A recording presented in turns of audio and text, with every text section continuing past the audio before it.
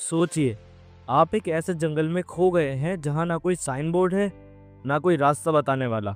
हर तरफ सिर्फ पेड़, पहाड़ और अंधेरा है। अब बताइए, घर का रास्ता कैसे मिलेगा? या फिर सोचिए, आप एक ऐसे ट्रेजर हंट में हैं जहां आपके हाथ में एक पुराने खजाने का मैप है, जिसमें लिखा है खजाना छुपा है 30 डिग्री नॉर्थ और 75 डिग्री ईस्ट पर। लेकिन रुक जाइए, ये 30 डिग्री नॉर्थ और 75 डिग्री ईस्ट क्या है? क्या ये कोई सीक्रेट कोड है या कोई जादुई मंत्र? नहीं दोस्तों, ये है हमारे अर्थ के लोकेशन कोड्स, जिनसे हम दुनिया के किसी भी कोने को ढूंढ सकते हैं बिना भटके। आज के इस अद्भुत सफर में हम सीखेंगे कि कैसे ग्लोब, मैप और कोऑर्डिनेट्स की मदद से हम जगहों को लोकेट करते हैं। तो तैयार हो जाइए, कंपास उठाइए, ग्लोब घुमाइए और चलिए हमारे साथ एक रोचक यात्रा पर, जहां हर जगह एक पता मिलेगा अर्थ के मैजिक मैप के जरिए। हेलो फ्रेंड्स, कैसे हैं आप? आज हम क्लास 6 की new book exploring society India and beyond के chapter number 1 locating places on earth को एक्सप्लोर करेंगे। इस चैप्टर में हम बहुत से इंपॉर्टेंट क्वेश्चंस के आंसर ढूंढने वाले हैं, जैसे मैप क्या होता है, हम मैप कैसे यूज करते हैं और मैप के इंपॉर्टेंट कंपोनेंट्स कौन से होते हैं। हम ये भी समझेंगे कि कोऑर्डिनेट्स क्या होते हैं, लैटिट्यूड्स और लॉन्गिट्यूड्स क्या है और कैसे इन्हें यूज करके अर्थ पर किसी भी लोकेशन को मार्क किया जा सकता है। और हाँ, हम देखेंगे कि लोकल टाइम और स्टैंडर्ड टाइम का लॉन्गिट्यूड से क्या रिलेशन है। इस चैप्टर को हम अमेजिंग एनिमेशंस के साथ एक्सप्लोर करेंगे और समझने में और भी मज़ा और आसानी लाएंगे।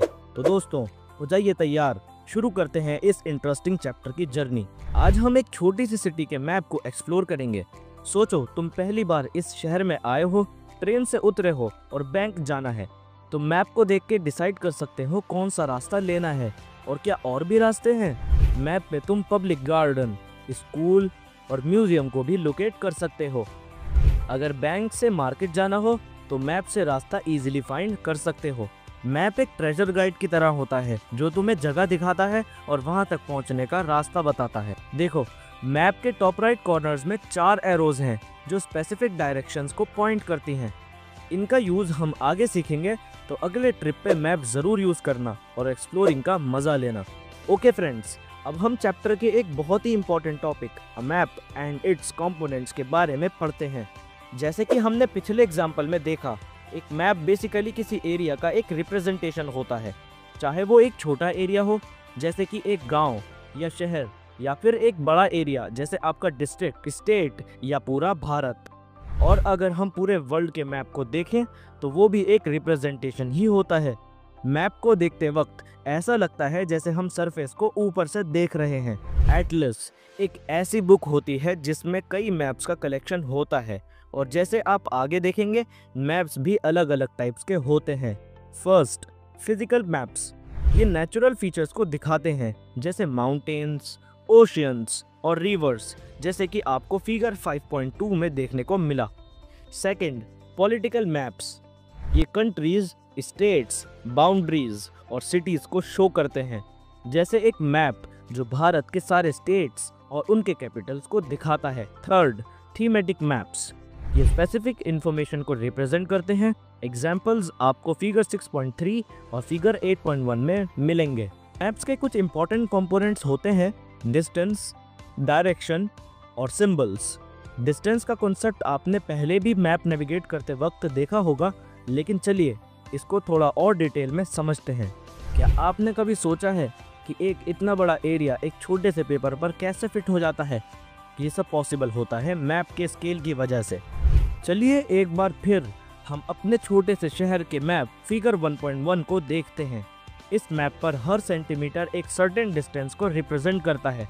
मान लो कि 1 centimetre is equals to 500 metres.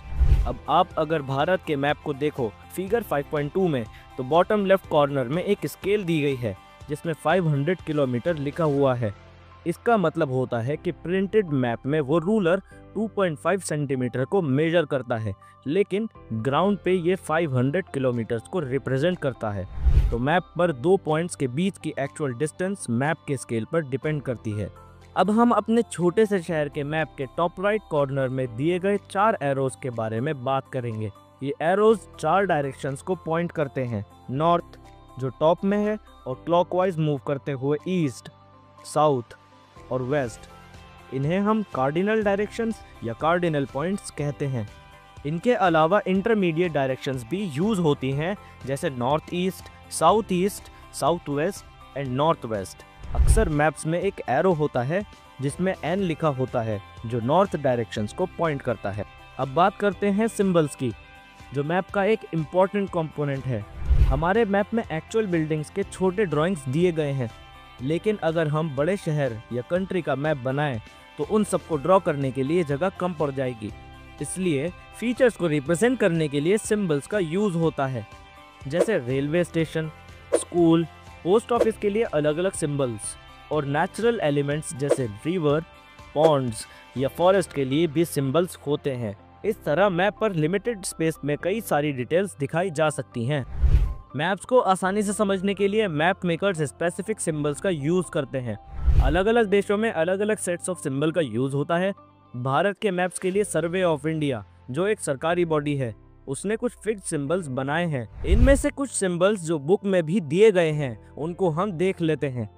Railway line, broad gauge, metre gauge, railway station, roads, metalled, unmetalled, boundary, international, state, district, river, well, tank, canal, bridge, temple, church, mosque, chhatri, post office, post and telegraph office, police station, settlement, graveyard, trees, grass etcetera.